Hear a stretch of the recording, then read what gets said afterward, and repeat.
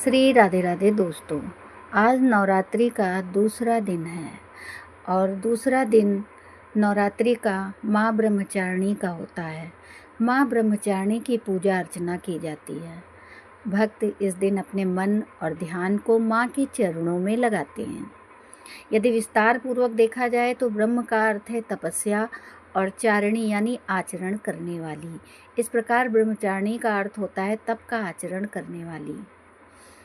आज हम ब्रह्मचारिणी माता की आपको कथा सुनाते हैं। माता देवी ने भगवान शंकर को पति रूप में प्राप्त करने के लिए अत्यंत घोर तपस्या की थी और इस कठिन तपस्या के कारण ही इस देवी को तपस्चारिणी अर्थात ब्रह्मचारिणी नाम से पुकारा गया। शास्त्रों और पौराणिक मान्यताओं के आधार पर कहते हैं कि जातक को माँ ब्रह्मचारिणी देवी की कृपा से सर्वसिद्धि प्राप्त होती है।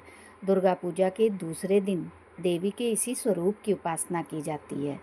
चलिए हम आपको कथा सुनाते हैं ब्रह्मचारिणी की। पौराणिक कथाओं और शास्त्रों के अनुसार पूर्व जन्म में इस देवी ने हिमालय के घर पुत्री के रूप में जन्म लिया था और नारद जी के उपदेश से भगवान शंकर जी को पति के रूप में प्राप्त करने के लिए माता ने घोर तपस्या की थी। इस कठिन तपस्या के कारण ही इन्हें तपस्चारिणी अर्थात ब्रह्मचारिणी नाम से पुकारा गया। 1000 वर्ष तक इन्होंने केवल फल फूल खाकर ही बिताए और 100 वर्षों तक केवल जमीन पर रहकर शाक पर निर्वाह किया। कुछ दिनों तक माता ने कठिन उपवास रखे और खुले आकाश के नीचे वर्षा और धूप के घोर कष्ट सहे। 3000 वर्षों तक माता ने केवल टूटे हुए बिल्व पत्र खाए और भगवान शंकर की आराधना करती रहीं। इसके बाद तो माता आराधना में इतनी लीन रहने लगीं कि उन्होंने सूखे बिल्व पत्र खाना भी छोड़ दिए और ऐसे ही कई हजार वर्षों तक निर्जल और निराहार रहकर तपस्या करती रहीं।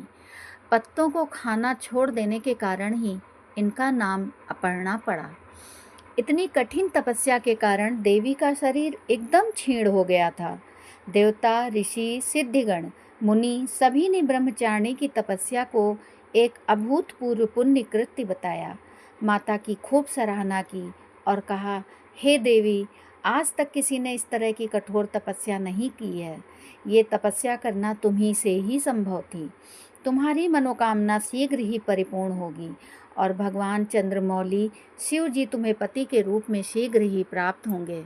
अब तपस्या छोड़कर अपने पिता के घर लौट जाओ। जल्द ही तुम्हारे पिता तुम्हें बुलाने के लिए आ रहे हैं।